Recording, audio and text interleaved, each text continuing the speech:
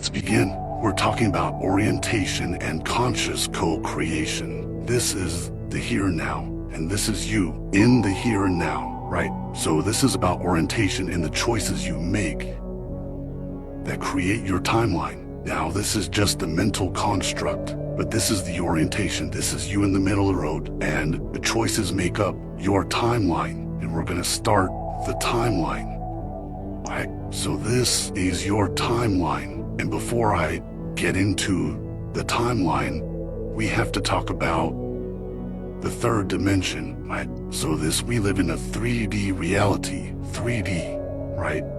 That's our body. In a 3D reality, I'm going to add some shadow to see where the light's coming from, right?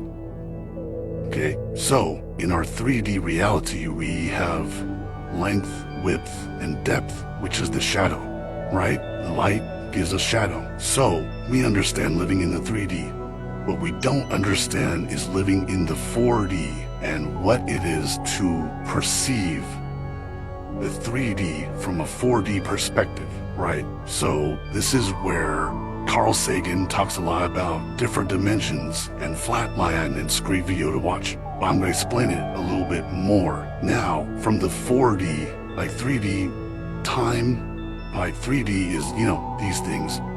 But the 4D is time and space, right? So a fourth dimensional being, or watching the third dimension from a fourth dimensional space or a fourth dimensional observation, you see the whole timeline of when you're born and when you die. So a fourth dimensional being, or someone who could see into the third dimension from the fourth dimension, could see the whole timeline of starting when you're born like a baby. Goo goo gaga, I'm a baby. I'm a baby, right? Until you're an old man.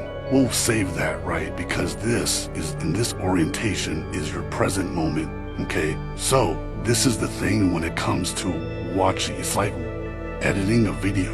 You have a timeline, and me editing the video, I could do anything to the timeline because this is each frame, right? So me being a fourth dimensional being and editing a video into 3D, I could chop this up and bring it back, right? So just know that as an editor, a video editor, I could chop up the frames, I could shift it, and it'll still stay in this timeline. The timeline will still be solid, okay? So now, what I'm going to talk about is the chakra systems, okay? Now, it starts with the root chakra. So we're going to go root, very sexual, primal sexual creation, right? And then the sacral, that's the sacral chakra. See how I'm keeping everything to the left, and you'll know why. The solar plexus, boom, right? Now, when we get to the heart, I go on the other side. So this is your heart chakra, right? And then we go throat chakra, right? I'm going to do that, right? Your third eye, boom, and then your crown. And this crown is higher consciousness. And I'm going to do this. I'm going to be like, many great avatars of the higher consciousness include Jesus and Buddha. If the wise ones are here, the avatars, you could say your elders, your ancestors, your spirit team, the angels, the higher consciousness. They just want beneficial things for you, okay?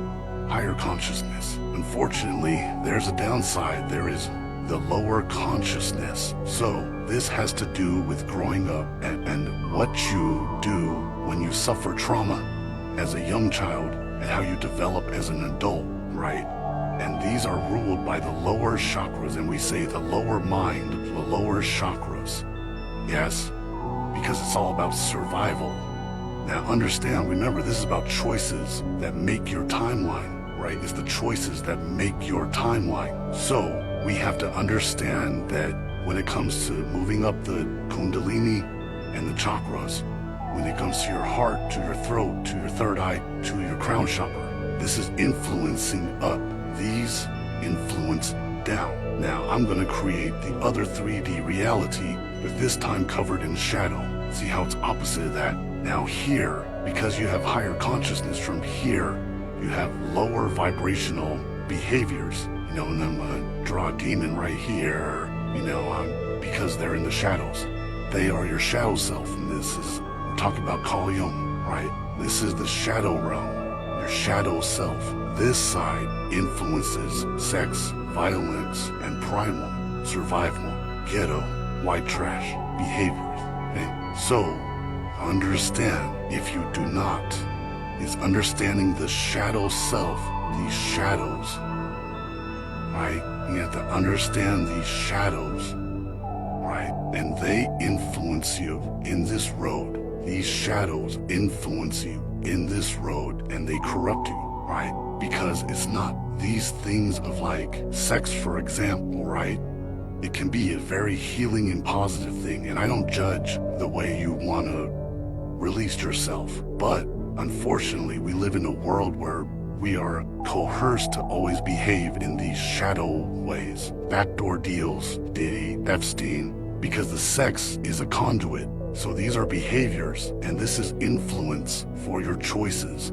The problem is, when you don't resolve these things of your past, the trauma, they will cycle back around. You repeat lower vibrational behaviors. You made choices based on the lower vibration instead of believing with your heart and having faith.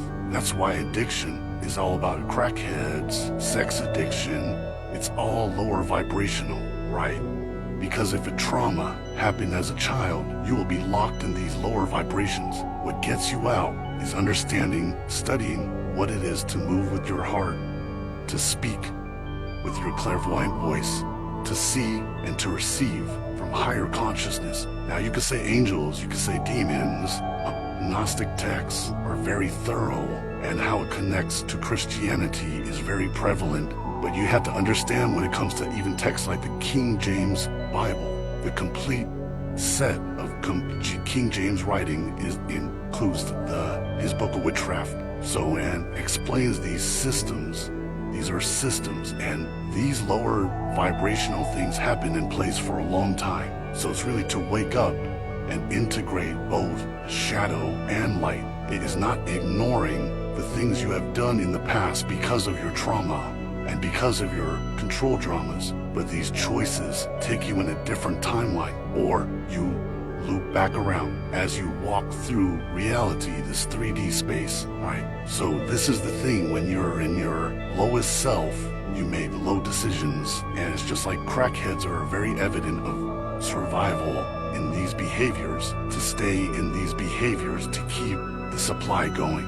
And this is sex, this is like, controlling people, this is manipulating people to get your supply.